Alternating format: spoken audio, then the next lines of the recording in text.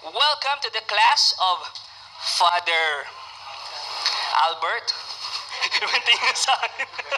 Nakatingin talaga siya sa akin. And before natin simulan, again, my name is Bars, and I am from Feast Dagupan. And some quick reminders lang po for everyone. Your favorite FeastCon merch is here. We have shirts, windbreakers, canvas bags, caps, and many more. Now available at the Feast Conference Merchandise booth. So, bisitahin nyo lang po yung ating booth na. Sino na po nakabisita sa inyo sa mga booth natin? Lalo na sa ating FeastCon merch. Yan. Thank you very much. And now, I think we are now ready to begin. Are you ready to meet our speaker for this last masterclass ng ating day one? I love the energy. Dahil dyan, tinernuhan ko siya. Sa kulay ng kanyang jacket. Oh, sabi ng misis ko kasi magpalit ka. Ternuhan mo si Father, sabi niya. Alright, eto po. Our speaker is a priest of the Society of St. Paul, ordained in November 17, 2018. Pads Albert is the marketing head for St. Paul's, the largest Catholic retailer in the Philippines. He is also a content creator, having produced and hosted Podscast, a video podcast featuring priests and lay Catholics in candid conversations since 2020. He finished his philosophy and communication studies in St. Paul's Seminary Foundation in 2008 and his theological studies in Loyola School of Theology at Ateneo de Manila University in 2015. Most recently, he has been using passion for coffee to find new ways of doing ministry and encounter and bring priests closer to their flock. So hindi ko na po patatagalin. Let's give a warm Feast Conference clap and welcome to Father Albert Carom SSP! Hello! Hello, Erneta! Ay, di pala. Grabe, I was expecting, dahil third class of the day na to, I was expecting yung class ko ganito. Kala ko pagod na kayo lahat, so I prepared something simple and light, and ang goal ko ngayon ay tumawa, tatawa tayo, because the title of our talk is, What is Funny About Jonah? Sige, before we begin, I'd like to just get the intercession of our Blessed Mother. Upo na lang kayo. And for our Son, the Holy Spirit. Amen. Hail Mary, full of grace, the Lord is with you. Blessed are you among women, and blessed is the fruit of thy womb, Jesus.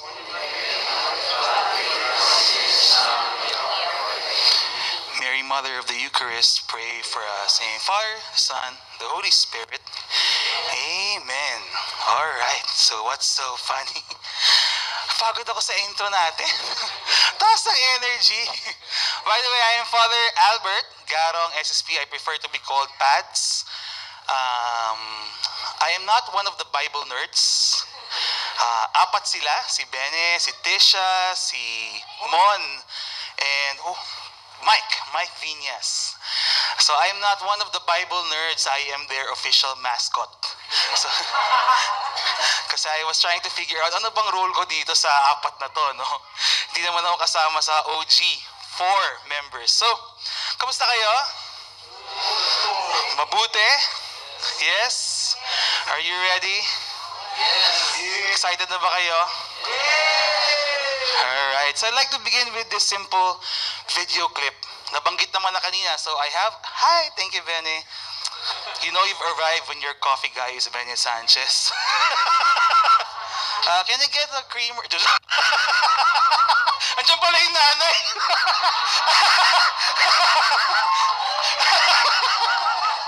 Sorry po. Brother Bo, sorry. Last ko na po to. Last class ko na to. Lubusin na natin. So I'd like to begin with a clip from my podcast. Nabanggit naman na kanina. What I like about Philippine culture is that they are very welcoming. And even though you make a mistake in your pronunciation or anything or the word lang, they will correct you in a very nice way. For example, is the kamuti and mabuti. Kamote and Kamote and mabuti. So, because that is the I think the first word that I learned in Philippines. So Kamote? I thought that kamuti is mabuti. So when I was asked, kamusta po kayo, sister? So I was very confident to answer. Instead of saying mabuti po ako, I say kamuti po ako. Okay, so that was a clip from one of the episodes of the Padscast. So, shameless plug. Follow niyo po. We are on Facebook, Spotify, and all that. And yun ang aming most viral episode, by a mile. Grabe. Talagang pumutok siya and nagtaka ako kasi yung mga topic ko, ang daming research, ang daming inaaral. Pero yun lang pala requirement para mag-viral kami. Kamote! So, tanungin ko kayo ulit, kamusta kayo? Ayan, so kamote tayo lahat today. So, but the interesting thing about that clip is that, of course, when you go viral sa internet, you know, merong bashers. And what were they angry about? Ask me what? They were angry about our laughter. Tawa daw kami ng tawa. Sabi nila, ano ba yung mga madring yan? Parang hindi sila madre. Because they were laughing so much. Diba? And kami din si Father, ang dami-daming problema ng mundo. Tumatawa pa rin. Diba? Dapat daw hindi yun ang inaatupag namin mga pari at madre. Diba? Do you agree? Yeah. So, yun nga nakakatawa. I don't know why, but we have this notion that holiness and humor shouldn't mix. Right? Ayaw natin yun. Pag may tumatawa sa simbahan, we're uncomfortable. Ayaw natin ng gino-joke yung mga religious matters, mga religious songs, arts. Gusto natin it's in a box na hindi ginagalaw. Right? Which is weird. Weird. Because the truth is, the Bible, Word of God, it's funny. It's funny. And a lot of you are not sure what to make of that. Nakita ko yung reaction ng iba sa inyo. Am I in the wrong class? Pari ba talaga siya? But the Bible is funny. It can be hilarious. And we are talking about the book that really proves why it can be funny. Jonah. Jonah is super short. May dala ba kayong Bible? So you attend a Bible class. You attend a Bible class and you don't... Sa phone, actually. Props lang to. I also use my phone. No, ayan. But I want to exemplify how do you read the book of the prophet Jonah.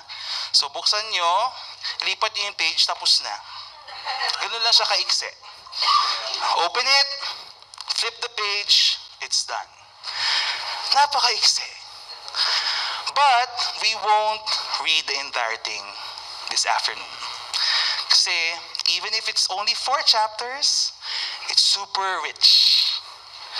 And I want you to discover that when you go home, read nyo na yung 4 chapters na yan. So what we will do is we will just equip ourselves how to read it. And actually, Mon in his talk earlier already laid a lot of the groundwork. Actually, parang ayoko na nga mag-talk kanina nung nakita ko si Mon. Ang ganda ng talk niya. I hope you can watch it on the replay sa online. No? So, merong kasabihan. If you have to explain a joke, ibig sabihin, hindi siya funny. Hindi siya nag-work. Right? So, ang tanong, how do you explain a joke? Diba? So, you have to have some ground rules para magkaintindihan tayo sa isang joke. Kunwari, if I tell you, why does Lord Voldemort prefer Twitter over Facebook? Why? Because Lord Voldemort only has followers but not friends. O, di ba? Joke dapat yun. O, di ba? Pagbigyan niyo si Father, tawa! I found my tribe. Very good tayo dyan. Pero di ba, okay. Kung di kayo natawa, ibig sabihin, meron kayong hindi na-gets. Sino si Lord Voldemort? Harry Potter. How many of you read the book? Or watched the movie? A fair number. So yung generation namin yan eh. Sina Brother Randall, iba. Pupo ka dyan sa harap ha, manda ka. Voltes 5. O sige, what if the joke? Ayan, so, unang-una, so how do you explain a joke? Diba? So, know the particular genre. Ibig sabihin, simple lang. You have to know it's a joke. Diba? If someone jokes to you, pero hindi joke yung dating sa'yo, it already fails. Di mo na gets. Diba? So you have to know. Joke pala yun. So nung nag-joke ko kanina, walang tumawa. Kasi hindi nyo na-gets na joke pala yun. Ayan. So, kailangan alam nyo na joke siya. Right? But there are different jokes. There are dark jokes. There are green jokes. There are very clean jokes. And so on. So, kailangan alam nyo kung ano eksakto yung narinig nyo yung joke. Kung may nag-joke sa inyo ng something green, but you take it literally, hindi nyo pa rin magigets yung joke. So, kailangan mag-gets nyo yung particular, ano ba yung pinag-joke na? Ano ba siya? Anong klaseng joke siya? Next, you have to know the characters. Kung may characters yung joke. So, kanina, si Lord Voldemort. Siya lang. Kung mag-joke ako about yung Voltes 5, nag-revival na kasi yung Voltes 5. So, marami na nakakaalam. Kung mag-joke ako ng John and Marcia, wala ako sinabi.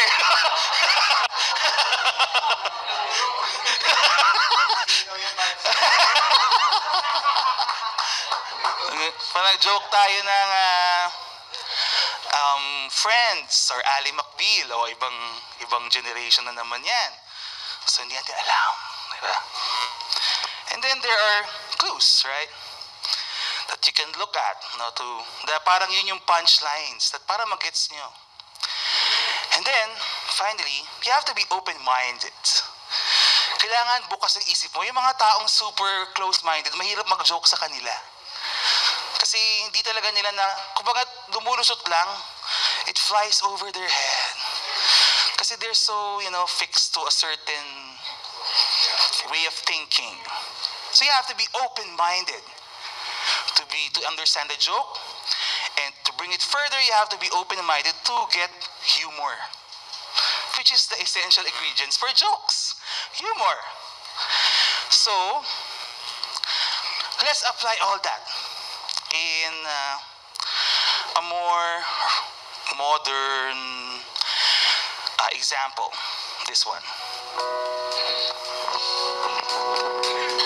You've been waiting years sa pila para sa isang kape. You've been waiting years sa pila para sa isang kape. Ba't ang tiyaga ninyo sa pila, di ba mahal na ang kape? Ang hirap lang, hindi siya nakikinig. Di ba wala na kayong pera, ba't ka pa bumibili? Okay, hanggang dun lang. Baka maubos ang time natin. Yes, ang bubble gang yun. So, alam niyo yung bubble gang? Pero kahit di nyo alam yung bubble gang, alam niyo yung video na to. Yes. Sa GMA yan napapanood. Yes. Kapuso. Yan. So, natawa ba kayo dun? So, bakit? Bakit kayo natawa? Nag-guess yun na joke siya. Pero hindi naman nila sinabi, hindi naman nila in-announce na, mag-joke ako joke to joke. Pero nag-gets you agad na joke siya. that it's done with a humorous spirit. So bakit?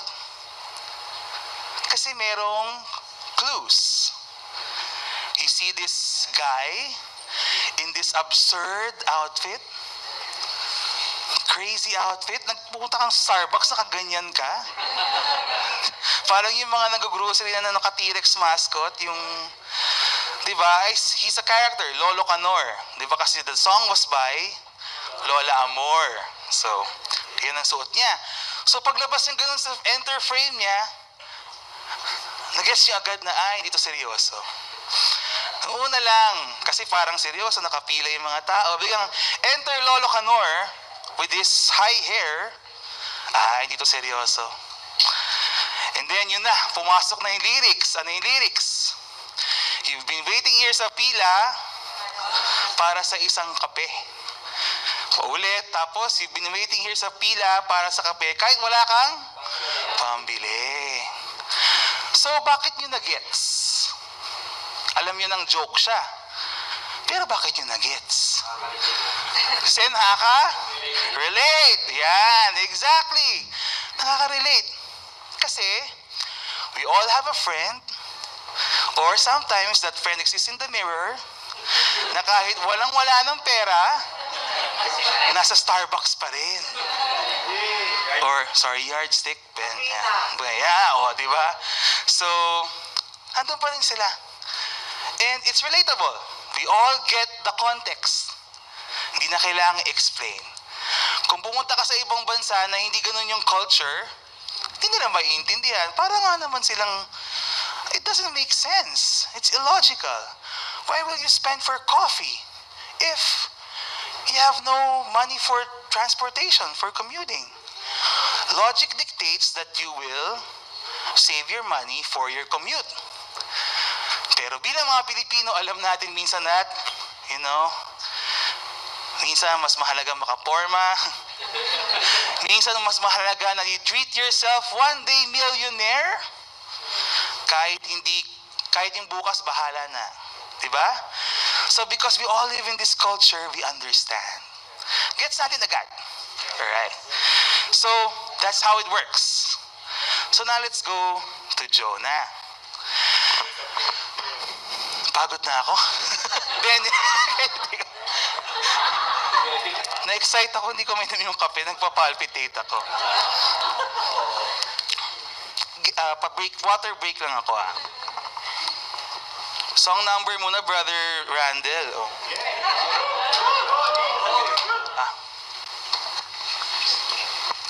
By the way, may class kami ni Randall bukas. Puno na ba?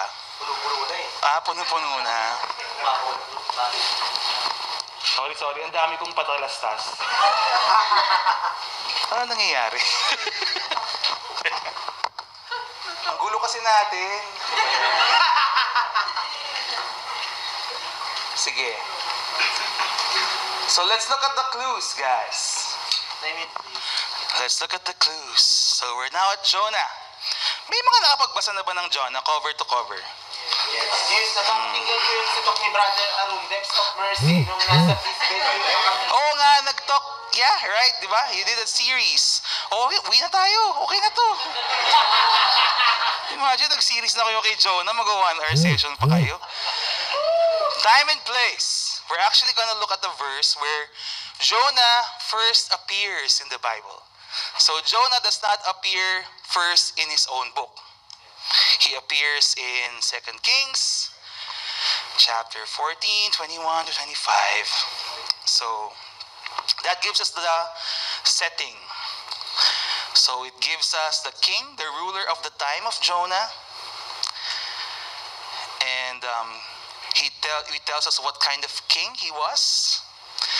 And right at the very end, we see Jonah, the prophet, is there. So just to put the timeline, so, yan. Ginugol ko lang yun, nilagay ko dyan. But ayun pala si Jonah, No, because major prophet, syempre si Isaiah, yan.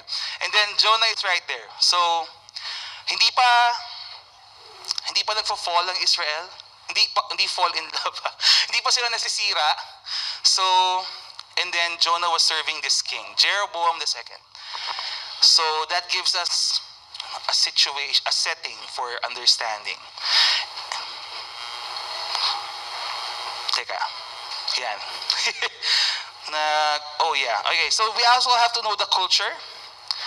Theirs was, polytheistic. Ibig sabihin, at that time, many of the people believed that there are different gods, parang one god per nation or per tribe.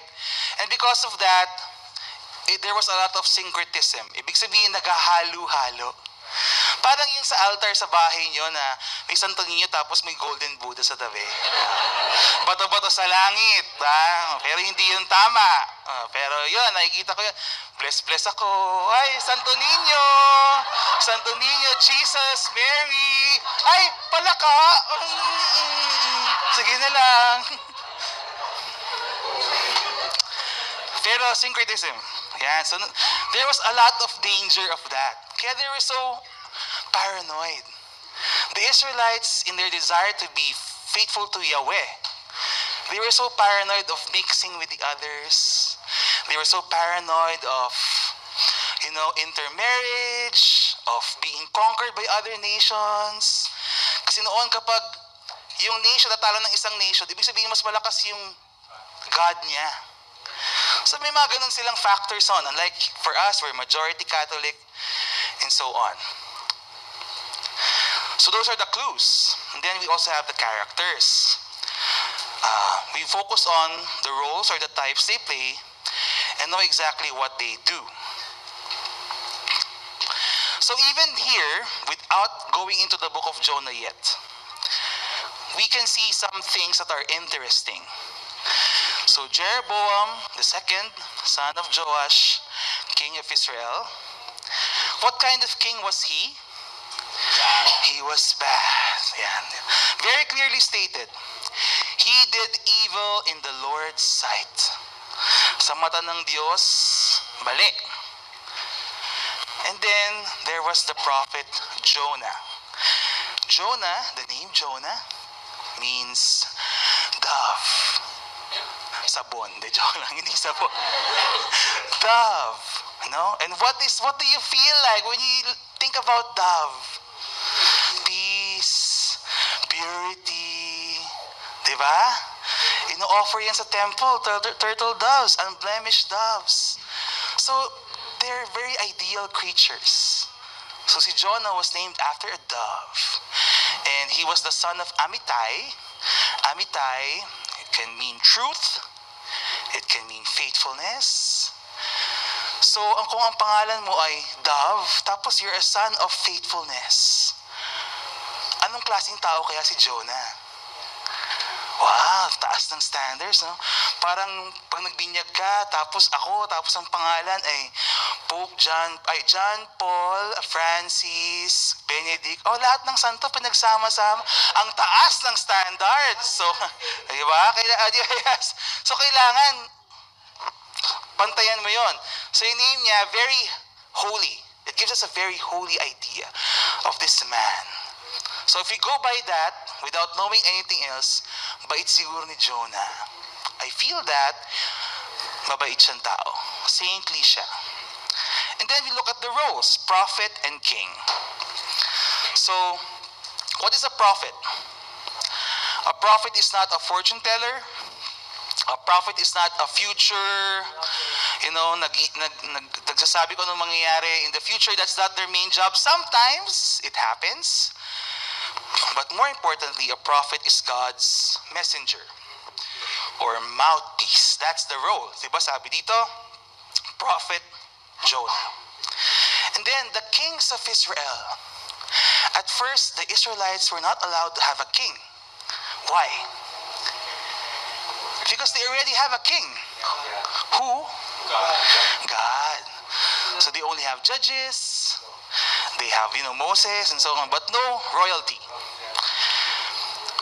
But eventually, because the people begged, gusto nila maging katulad ng ibang nation na merong king, God gave them a king. But this king is meant to lead the holy nation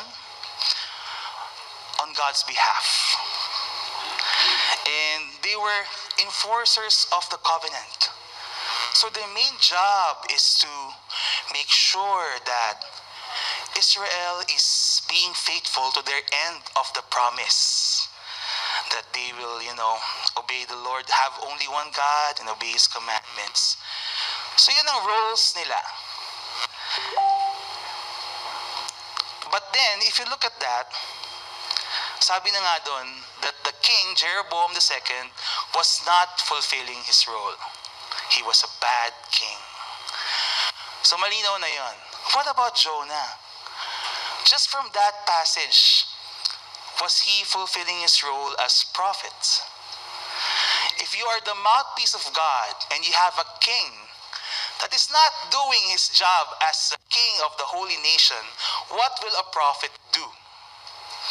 He will preach against the king. He would, arrest the king, not arrest, arrestohin, no? But confront the king. And, so yun ang gagawin niya dapat.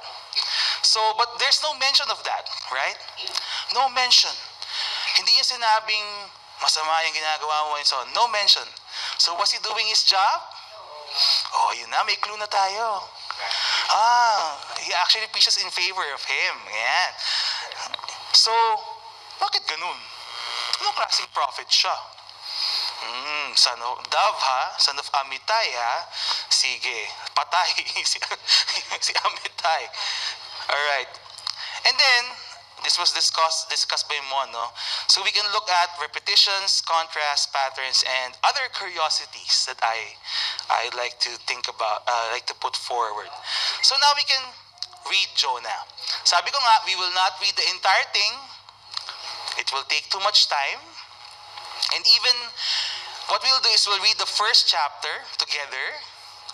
But even then, I will gloss over some parts. Kasi kung uungkatin natin to, guys, masyadong kulang ang time. So let's begin with Jonah 1, verse 1 to 3. So as would any prophetic book would start, it says, the word of the Lord came to Jonah. So ibig sabihin, may pinapasabi si God, si Yahweh, si Lord. Pag all caps yung Lord, ibig sabihin that's Yahweh. That's what's written there, but they don't write the name because for them it's sacred. So, the word of the Lord came to Jonah. That's the standard beginning of any prophetic book, for any start of a prophecy. Jonah, son of Amittai. So we know it's the same guy. Maraming Jonah, but since this guy appears twice, so we know it's the same person. And what is the command? Set out for the great city of Nineveh and preach against it, for their wickedness has come before me. So Nineveh, great city, is a large city. It is said that it required Jonah 3 days to move around the city to be able to preach effectively. So malaki, great. And Nineveh was not in Israel. It was the capital of the Assyrians. The Assyrians are one of the worst enemies of Israel. Worst of the worst. Talagang they destroy. They're not, fair. Nakakatakot sila. So Jonah was asked by God to go there and condemn them for their wickedness, to preach against their wickedness. But what does Jonah do? He flees to Tarshish. Okay, so there's the map. This is the itinerary of Jonah. So, ayan. So ito yung kanyang, nagplano siya, nag-backpacking trip siya, no? So he was being called to go to Nineveh, over there. But where does he go? Over here. Far, far, far to Tarshish. I think, guys, there's running away and there's running away. Ang layo, ang OA. Pwede namang dito lang, Tarshish. And Tarshish is important because at that time, that was the end of the map. So in short, it's a statement. I will not do this. Bahala ka dyan. Ano-ano na. I will not do that. So I will go to the most farthest point of the world just to avoid God's command. So, ayan na. So hindi siya pumunta doon. Pumunta siya doon. And I'm emphasizing how OA it is. Because that's important. It's so OA. Okay? So yun ang nangyari. Hindi niya ginawa. Tumakbo siya. Sobrang layo. So he goes to a ship. And he boards a ship to Tarshish. Next, the Lord, however, hurled a great wind upon the sea. So, ano sabi na sa repetitions? Diba pag umuulit, kailangan pansinin.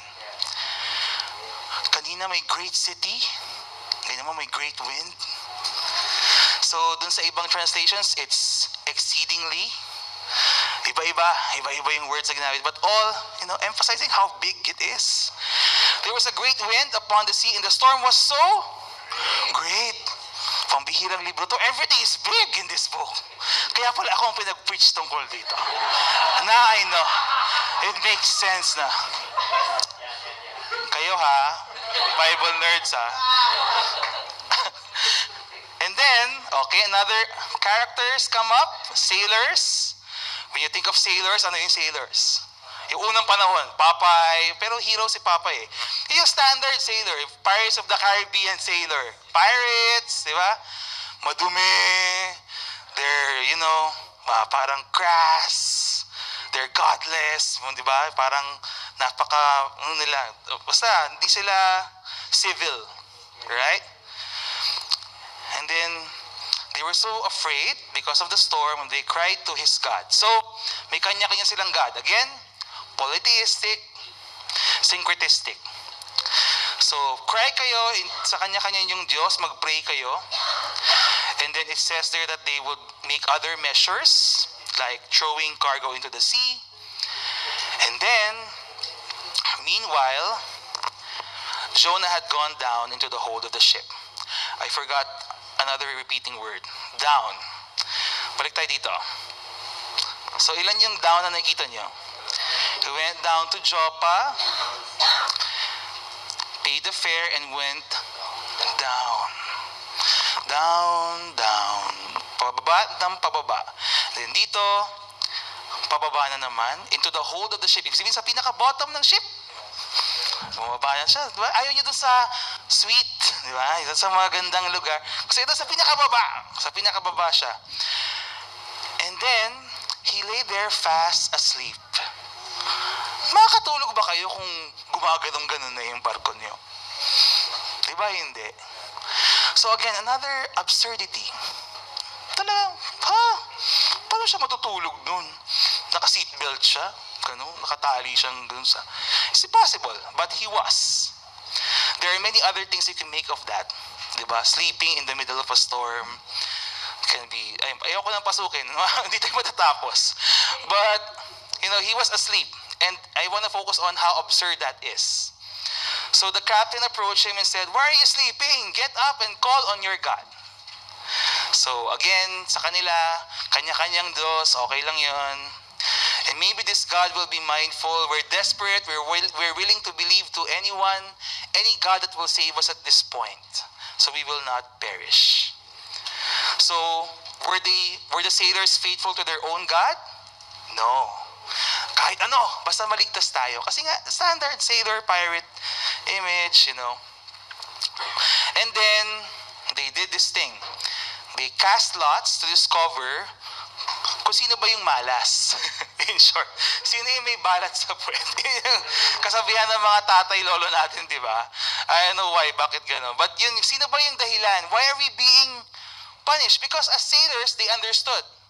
This is not normal. This is not normal weather. So they had that insight. So this is supernatural. And the lot fell on Jonah. And they said to him, "Tell us why this evil has come to us. What is your business? Where do you come from?" what is your country and to what people do you belong? And he answers, I am a Hebrew. Alright? And then he says, I fear the Lord, the God of heaven, who made the sea and the dry land. Gandang sagot. I fear the Lord. In the Old Testament, fearing the Lord is not takot ka sa Diyos, no? But you are under Him, that you are His faithful servant. Kaya fear of the Lord is a good thing. You know? So I fear the Lord. Knowing the backstory of Jonah, and why he is there, did he in fact display fear of the Lord? No. So it was a hypocritical answer. Itong Jonah to, nagde-deny pa. Ayaw pang sabihin ang totoo. Half-truth eh. He just stated what is, surface level answer. What his tradition and his position as a prophet would dictate him to say. Who made the sea and dry land. There's something there about the sea and the dry land. Baka kulangin tayo ng time. 4 o'clock na. But, again, basahin nyo ito mamaya. Alright? Now the men were seized with great fear and said to him, how could you do such a thing? Bakit mo akong dinamay? Nadadamay kami sa disobedience mo. Because they knew that he was fleeing from the Lord because he told them. So sinabi naman niya, what shall we do with you that the sea may calm down for us? For the sea was growing more and more stormy. And Jonah responded, pick me up and hurl me into the sea, and then the sea will calm down for you. How does that make you feel? Bayani si Jonah? Yeah? Was that a good thing? He was offering to sacrifice himself for the sailors. You can look at it that way. Pero Jonah, being a prophet, he knows what he's doing. He knows that the right answer to make it stop is to obey God. So what would have he said instead? Turn the ship. Let's go to Nineveh. And then, tapos na. Tapos na yung bagyo. But instead, he offers to sacrifice himself. Ang labo ni Jonah, no? Ang labo ng taong to. Hindi talaga, di ko maintindihan. But it will make sense. So I know that this great storm has come before me. So that happens, and then they cry out to the Lord. The men cry out to the Lord, please, O Lord, we pray, do not let us perish on account of this man's life. So they all pray now, not to many gods, not to their own gods, but to the one true God, Yahweh. So because of this incident, these pagans, these non-believers or believers in other false gods, end up believing in Yahweh. Do not make us guilty of innocent blood, for you, O Lord, have done as it pleased you. And then they picked Jonah up and threw him into the sea, and the sea ceased from raging. So tinapon siya. Balikan natin yung ating directions na umuulit. Ano nga yan? Down, down, down. And now he is falling down into the sea. So, bakit ba si Jonah obsessed na obsessed sa pagbaba? Ano ba nga sa taas? Si Lord. Diba? So there's some setup being painted. Ayaw niya talaga kay Lord. Kung nasaan si Lord, doon siya sa opposite. Sa pababa na pababa. Ayaw talaga. In fact, some translations of the commandment of the Lord would say, come up to Nineveh. So some translations would go that way. And then instead of going up, goes down, down, down, down, down. Alright, so it's a very good portrait of disobedience, right? You go down, you go down, you go away from God, and even if it doesn't make sense anymore, you still disobey God because you're already deluded by your own sinfulness. The more you sin, the more, you just keep falling apart and falling down, even when it doesn't make sense anymore. So, si Jonah, doon na siya. Pababa na siya sa sea. Then, final word about the sailors, they feared the Lord even more when the storm stopped. So they really understood, this is a true God. And not just believed, but they offered a sacrifice to the Lord and made vows. Nag-promise sila that they will be faithful to Yahweh. So, there's Jonah, prophet, pero super disobedient. Sobrang tigas ng puso. He would rather die than obey the Lord. Can you imagine that? You'd rather die than do what the Lord commands? And then there are these men in all their sailor, antics and their stereotypes and their many gods. And just one event leads them to fate. Opposites. Remember I told you, focus on the roles, the types. So, were they acting according to expectations? Yes or no? No, they weren't. They weren't. And then, the Lord provided a large fish to swallow up Jonah, and Jonah was in the belly of the fish 3 days and 3 nights. May balyena pong sinabi? So, hindi ko alam kung bakit balyena. So, naging popular depiction na lang yung whale, but it's really more of a big fish, sea monster, some would say. So, let's do a recap. We have an extremely disobedient prophet. Prophet siya na ayaw makinig kay God. We have pagan sailors who are quick to convert. Naniwala sila kay Lord. Opposite directions from people you would least expect. And then, everything is just extra. Big storm, big city, big winds, down, down, down, down, down. Ang OA ng librong to. So perhaps, you're gonna ask, is this serious? Seryoso ba itong Jonah? Ano nangyayari dito? Bakit yung ibang books of the prophets, when they introduce the prophet, you see a man who is so upright, so holy, so faithful. But then, this prophet, anong gagawin ko dito? Hindi ko maintindihan. So yeah, why are you so serious? Is this serious? Why so serious? Kasi nga, we are close to believe that the Bible should be serious. The Bible has to work in only one way. Humor is not for holiness. Kaya hindi natin maisip yun.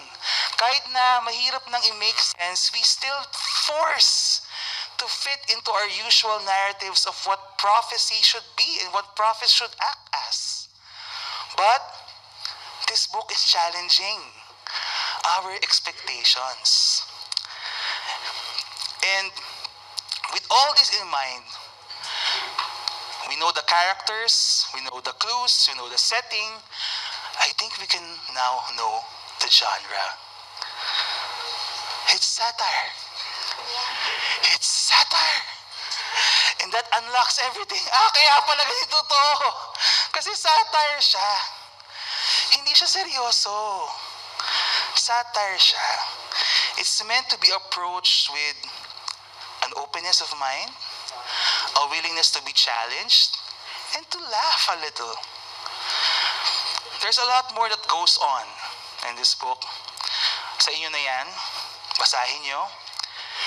Dahil pang mangyayari. There's a 9-minute summary in YouTube then. You can use that if you want. I should not be saying that. This is a Bible Lab class. konti lang naman, again, no? 3 page lang yan. Actually, 2.5. So, hindi natin tatapusin. But that's where we end today. But knowing that it's satire, now read the book. Read it with what a satire demands of the reader. So, what is satire, di ba? A satire uses humor, uses exaggeration, uses stereotypes, and flips it on its head. Example, scary movie. Yung panahon ko to. Anong satire sa inyo? Sorry, we're good friends. Hindi na matutuloy yung class namin bukas. Away na kami. Johnny English, alam niya, si Mr. Bean as a super spy. Diba? And if you watch the movie, if you watch it seriously, mabibwisit ka. Ano klaseng super spy to? Ang labo. But you have to watch it as what? Satire. Diba? More recent example, Deadpool. Alright, so yeah. Ito talaga, ito na siguro yung pinakamalapit na modern example. A guy who in spite of himself manages to do good around him. Si Jonah, disobedient, pero fruitful siya, ha? Na-convert yung mga sailor. If you read the rest of the book, meron pa siyang ibang convert. But not because of his obedience, but because of his disobedience. Si Deadpool, ganun din. He's just minding his business, pero he does a lot of good. Well, sometimes. Minsan hindi rin. So, people like Deadpool are often referred to as anti-heroes. It's me, hi, I'm the problem. Ayan, di ba? So, but can we describe Jonah as an anti-hero? Anti-heroes are heroes that are good people but they act in not the usual hero way. Good example is Superman and Batman. Who's the hero? Superman. Who's the anti-hero? Yeah, Spider-Man. Who's the anti-hero? Batman. You have Ghost Rider. Ganyan. Hero. Ay, ano ba sa Incredible Hulk? Hindi ako yon. Huwag ako naging green, Shrek ang tawag doon. So, wow, saya nyo ha. Ang hirap mag-talk sa the feast. No? But, sige. I just wanna take one more part from the 4th chapter. 1 to 4. Is Jonah a hero acting in non-standard hero ways? So this part reveals why Jonah was running away. Naging successful si Jonah na convert niya yung Nineveh. And there's even this funny detail there that ano ang symbol ng repentance sa kanila? They wear sackcloth and ashes. So the king immediately tears off his robes, wears sackcloth and ashes, pero ang sabi niya, pati yung cattle, animals, sabi ng mga hayop sa kingdom, ano yung kasalanan namin? Hayop lang kami. So di ba, absurd. It's crazy. It's all intentional. So, nakakatawa. Imagine nyo, cow may damit. Ang labo, di ba? So, yung nagsulat nito, iba yung pandar eh. So, ang sumulat ng Jonah, inspired by the Holy Spirit. Ibig sabihin, di ba? We'll get there. So, nagalit siya. Nagalit siya kasi na-convert niya yung mga Ninevites. Bakit? As it turns out, he was running away because he knew that God would forgive the Ninevites. Kinote pa niya si God. Itong naka-highlight, a gracious God and merciful, slow to anger, and abounding in steadfast love. That's God's self-description from Exodus. He quotes God. He knows that God is all-loving. And because of that, he knows that if I bring Yahweh to them, to our enemies, they will be forgiven. And ayaw niya yun. Yun lang ang dahilan. Ayaw niyang i-share si God. Ayaw niyang mapatawad yung mga kalaban niya. He believes in God, he believes in love, in mercy, forgiveness, but only for himself and his fellows, but not for the enemies. So, is that if an anti-hero is mukha lang kalaban but he's actually good? But Jonah is not even good inside. He wasn't. So he's not. No. What? Whoa. That's the next talk. So Jonah was not an enemy. Was not an anti-hero. He was the enemy. In this story, Jonah is the bad guy. He was simply presented as the good guy because of his title, prophet. But God, in writing this book, through the writers, was presenting an enemy as a good guy to subvert our expectations and give a message. So, what have we learned from this so far? So, that God saves the non-believers. He saves the sailors, he saves the Ninevites. May sample pa doon, sorry Fiscon, nakalimutan ko tanggalin.